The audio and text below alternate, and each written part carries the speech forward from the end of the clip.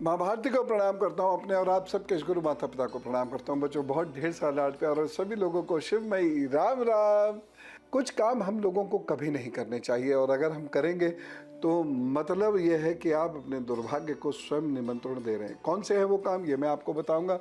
साथ ही साथ आपके विशिष्ट कार्यों के लिए आपको किस प्रकार के शिवलिंग का स्वयं निर्माण करके पूजा प्रारंभ करनी है और ऐसा कब करना है ये भी मैं बताऊंगा। तो बने रहिए और आज की बात को बहुत ध्यान से सुनिए और लोगों को भी बताइएगा, वो भी इसे सुने समझें। कुछ कार्य हमें कभी नहीं करने चाहिए, इस विषय पर बात शुरू करूं उससे पहले आज का पंचांग। आज 15 जुलाई है, दिन है शुक्रवार, सूरज। अब मैं आपको बताता हूं कि आपको कुछ कार्य कभी नहीं करने चाहिए। प्रयास तो कीजिए। जैसे घर में निंदा और क्रोध का वातावरण कभी मत बनने दीजिए, अन्यथा मंगल और शरीर के बुरे परिणाम सामने आएंगे ही आएंगे। जिस घर में निंदा होती है वहां व्यक्ति रोगों से हमेशा घिरता है, इसलिए हमेशा ध्यान रखिएगा, रोग से बचने के लिए निंदा भी करना बंद कर दीजिए। खामखा के क्रोध करने से उस व्यक्ति या उसके परिवार में दरिद्रता का आगमन होता है। व्यक्तियों को हमेशा, उस घर के लोगों को हमेशा परेशानियों का सामना करना पड़ता है, उस घर के बच्चों को हमेशा संघर्ष करना पड़ता है।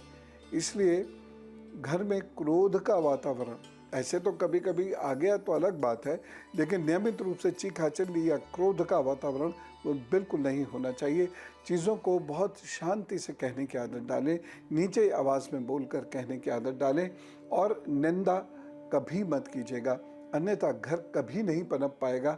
आप करोड़ों रुपए महीना कमा लें तब भी आपका घर कभी पनप नहीं पाएगा और इस घर के बच्चे एक दिन अपने लोगों को छोड़कर चले जाते हैं।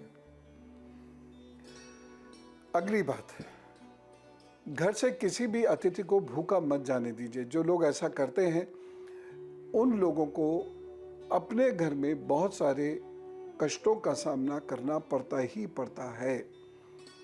तो अतिथि घर से भूखा न जाए, उसका पेट भरा हुआ हो, वो खाने से मना कर दे तो एक अलग बात है, अन्यथा आपकी ओर से लापरवाही कभी नहीं होनी चाहिए, नहीं तो आपको और आपके परिवार को इसका खामियाजा भुगतना पड़ेगा ही पड़ेगा।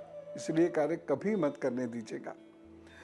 आजकल एक फैशन चला है घर में सूखे पेड़ों को कलर करके रखने का। नो डाउट बहुत सुंदर लगते हैं, लेकिन ये गलत है। कभी भी ऐसा नहीं करना चाहिए। घर के अंदर सुख शांति इससे खत्म होनी शुरू हो जाती है। घर में आर्ग्यूमेंट्स होने शुरू हो जाते हैं, इसलिए इससे बचने की कोशिश करें।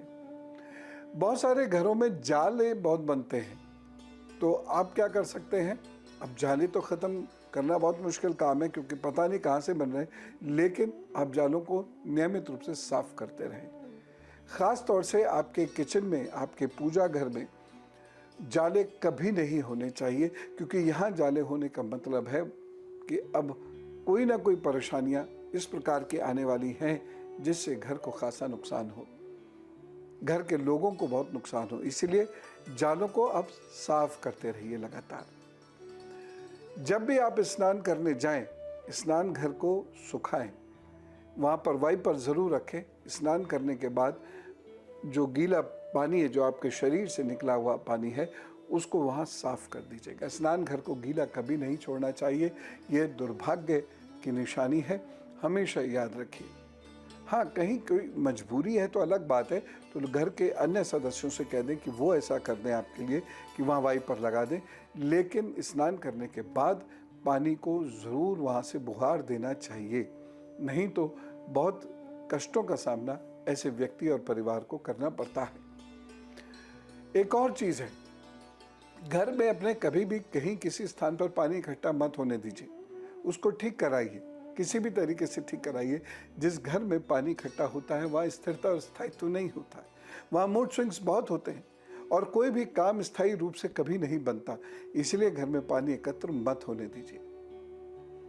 आजकल चमड़े की चीज़ें बहुत उपयोग में लाई जाती हैं और कई बार ऐसा भी होता है कि वो पड़ी रहती हैं, तो कोशिश ये करें कि आपके घर में चमड़े की कोई चीज़ ना हो। एक तो चमड़े की चीज़ें खरीदने की ज़रूरत नहीं, क्योंकि आजकल चीज़ें पीयू लेदर में भी आ रही हैं और उसके साथ साथ कपड़े में भी, कैनवास में भी बहुत अच्छी अच्छी चीज़ें मिल रही हैं, लेकिन फिर भी अगर हैं आपके यहाँ चमड़े की कुछ चीज़ें, तो आप उसको साफ़ कर दिया करें, या तो उसका उपयोग हो, नहीं तो वो डिस्कार्ड कर दिया करें।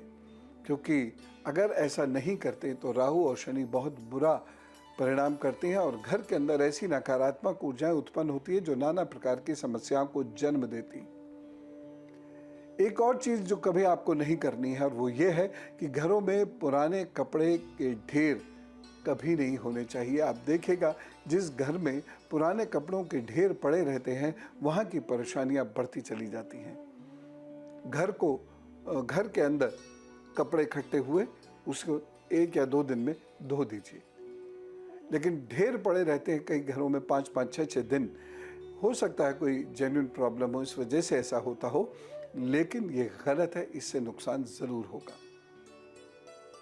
बहुत सारे घर ऐसे होते हैं जिसमें वह पुराने कपड़े लगातार अंदर इकट्ठे करते चले जाते हैं और नए कपड़े निकालते चले जाते हैं। अच्छी बात है, आपका घर यदि नए कपड़ों को अफोर्ड कर सकता है, इतने सारे नए कपड़े अफोर्ड कर सकता है, लेकिन आप ये देखिएगा, उस घर के लोग ना स्वस्थ रहेंगे कभी और न ही कभी शांति से रह पाएंगे।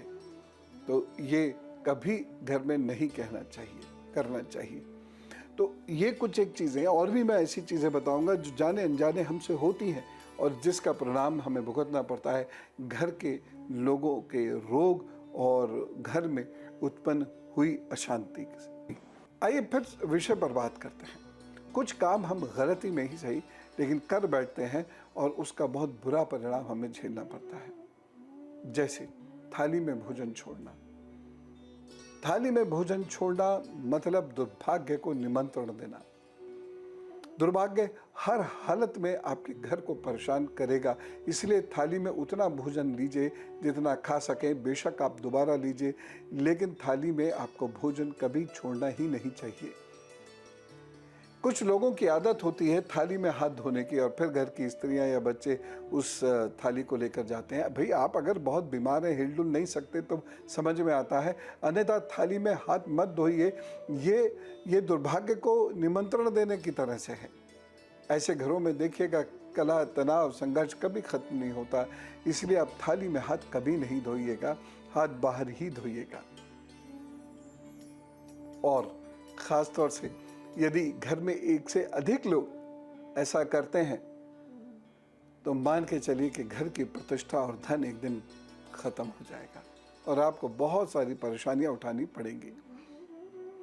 एक बात का और ध्यान रखिएगा कि गुस्से में कुछ लोगों को थाली फेंक देने की या खाना छोड़ देने की आदत होती है।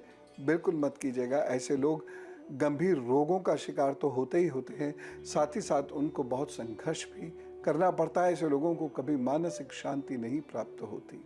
तो ये सामान्य सी छोटी छोटी बातें हैं जो जाने अनजाने हमसे अक्सर होती हैं, लेकिन नहीं करिएगा, अन्यथा दुख कष्ट से आप बच नहीं सकते। अब मैं आपको बताता हूं। तो हम लोग बात कर रहे हैं, कुछ काम हमें कभी नहीं करने चाहिए। हमें घर में देवी देवताओं के चित्रों पर धूल कभी नहीं रहने देनी चाहिए। या देवी देवताओं के चित्र खराब हो रहे हैं तो खराब चित्र या टूटे फूटे चित्र, फटे हुए चित्र या टूटी फूटी प्रतिमाएं, ये कभी नहीं रखनी चाहिए। ये घर के अंदर ज़बरदस्त परेशानियां और संघर्ष उत्पन्न करती हैं जिससे कोई नहीं बच सकता। इसलिए यदि चित्र और प्रतिमाएं खराब हो रही हैं या टूट फूट रही हैं तो उन्हें, जैसे चित्र है कागज़ में है वो, तो उन्हें जल में डालकर गला दीजिएगा और फिर यज्ञाग्नि में उनको रख दीजिएगा। मुझे ये बहुत बुरा लगता है और इससे घर में बहुत दुर्भाग्य आता है, और आप इसका एक सर्वे करके देख लीजिएगा। ऐसे सभी लोग जो अपने घर की टूटी फूटी प्रतिमाओं को या चित्रों को वो किसी पेड़ के नीचे जाके रखाते हैं जहाँ उसका अनादर होता है। आप देख लीजिएगा सर्वे करके कि तभी से आपके घर में बहुत सारे दुख कष्ट आने शुरू हो गए होंगे। इसलिए ऐसा कभी मत कीजिए। तो चित्र है तो उसको गला लीजिए और यज्ञाग्नि में दे दिए, या सीधे भी यज्ञाग्नि में आप दे सकते हैं। और अगर ऐसी कोई प्रतिमा है जो टूट फूट गई है तो उसे गलवा दीजिए या पिसवा दीजिए, लेकिन उसको कहीं छोड़ कर नहीं आना है। आप स्वयं सोच के देखिए, एक सेकंड ठहर के सोच के देखिए कि क्या ये सही है, उचित है, जस्टिफाइड है। क्या आप ऐसे व्यक्ति को कभी माफ करेंगे? इसलिए कभी भी ऐसी चीजें, ऐसी ऐसी बातें, दरिंदगी मैं इसको कहूँगा, मत दिखाइए कि जिनकी आप पूजा करते रहे हैं उनको कहीं बाहर जाकर पेड़ के नीचे फेंक के आ गए और उसके बाद उनका जो कुछ हो आपने स्वयं को मुक्त कर लिया उनसे। ऐसा नहीं कभी कीजिएगा, ये बहुत बुरा संकेत है। और ऐसे बहुत सारे पापों की सज़ा जब हमको मिलती है तब हमें समझ में नहीं आता, हम कुंडली लिए घूमते हैं, लेकिन वो सज़ाएं ऐसी हो ज़्यादा होती हैं कि वो किसी कुंडली या उसके उपाय से फिर ठीक नहीं हो पाती हैं। इसीलिए नई प्रतिमाएं लाइए, नए चित्र लाइए, पुराने चित्रों का इस प्रकार से जो मैंने अभी बताया, इस प्रकार से उनको विदा कीजिए। अब मैं बताता हूँ, शैलेंद्र जी से बात करते हैं, हमारे साथ हैं जी। राम राम।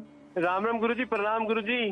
गुरुजी, काम के बारे में ही पूछना था। काम कोविड से पहले बहुत अच्छा काम था, बहुत अच्छी कमाई थी। अब कोविड के बाद से एकदम ही खत्म हो गया काम। पैसे होने के बावजूद पैसा नहीं लगा पा रहा। माँ दुर्गा की, माँ काली की रोजाना आराधना कीजिए और अगले साल में फरवरी से आपका काम फिर चल निकलेगा। बस थोड़ा सा इंतज़ार और कर लीजिए। तब तक माँ काली के सहारे आप अपना समय व्यतीत कीजिए, अपने काम को सीखिए, मजबूत कीजिए और अगले साल से फिर आपकी गाड़ी पटरी पर आ जाएगी। फरवरी से अच्छा समय शुरू होगा और उसके बाद जून जुलाई तक आते आते अच्छे परिणाम देना शुरू कर देगा। बस अपने आप से डिसीजन ना लीजिएगा, बुजुर्गों की सलाह से काम कीजिएगा, नीले काले कपड़े मत पहना कीजिएगा और शनिवार को लोगों को शरबत ज़रूर पिलाया कीजिएगा। शरबत हो गया या जूस हो गया, ये लोगों को ज़रूर पिला दिया कीजिएगा। और बृहस्पतिवार को आप हल्दी लगा आलू गौ माताओं को ज़रूर खिला दें। बस इतना सा काम आप कर दीजिए, तरक्की आपकी ज़रूर होगी। और अब उनकी बात करते हैं जिनका है आज जन्मदिन, तो आप कामनाएं। और अब धर्मशास्त्र से भगवान श्री राम के आराध्य भी शिव जी हैं।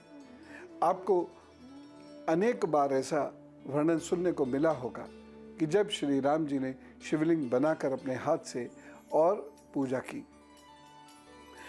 विराज को मारना हुआ या श्रीलंका जाना हुआ या युद्ध में जब परेशानियां आ रही थी तब हुआ, उन्होंने हमेशा शिवलिंग अपने हाथ से बनाया और उसकी पूजा आराधना की और ध्यान साधना किया। यहीं से हमें भी एक सीख मिलती है कि अपने हाथ से जब हम पार्थिव शिवलिंग को बनाते हैं और ध्यान और जप करते हैं तो हमें शिव पद की प्राप्ति होती है, शिव जी की विशेष कृपा प्राप्त होती है। शिव जी की विशेष कृपा के लिए आपको बहुत सारे तामझाम करने की ज़रूरत नहीं है। बस शिवलिंग बनाइए और ध्यान शुरू कर दीजिए। और ये शिवलिंग कब बनाना है? सोमवार के दिन बनाना है। सोमवार के दिन से ये कार्य शुरू कर दीजिए। 3 हफ्तों तक लगातार ये कार्य करते रहिए जब तक सावन पूर्ण ना हो जाए। और उसके बाद आप देखना कि आपको अगर भक्ति चाहिए तो भक्ति मिलेगी, आपको शक्ति चाहिए तो शक्ति मिलेगी, और आपको अगर सांसारिक सुख चाहिए तो उसमें भी उन्नति होगी। अब कितना उन्नति होगी ये तो आप जाने, आपके शिव जी जाने, लेकिन होगी ज़रूर, ये तय बात है। तो आप ऐसा करके देखिए, तब आपको पता चलेगा कि जो श्री राम जी कहते थे या जो मैं आपको बता रहा हूँ वह कितना महत्वपूर्ण है। और अब गुरु मंत्र। आज मैं आपको एक बहुत ख़ास बात करने से मना कर रहा हूँ। कभी भी गंदे पायदान और गंदे कपड़े खुले में मत रखिए। जिसके घर में गंदे पायदान और गंदे कपड़े खुले में रहते हैं उस घर में आप देखिएगा हमेशा कलह बनी रहती है, उस घर में हमेशा परेशानियां बनी रहती हैं। इसलिए उनको या तो बंद करके रखें या वॉशिंग मशीन में डाल दीजिएगा और तुरंत धोकर ही उन्हें बिछाइएगा, नहीं तो कलह से बच नहीं सकते।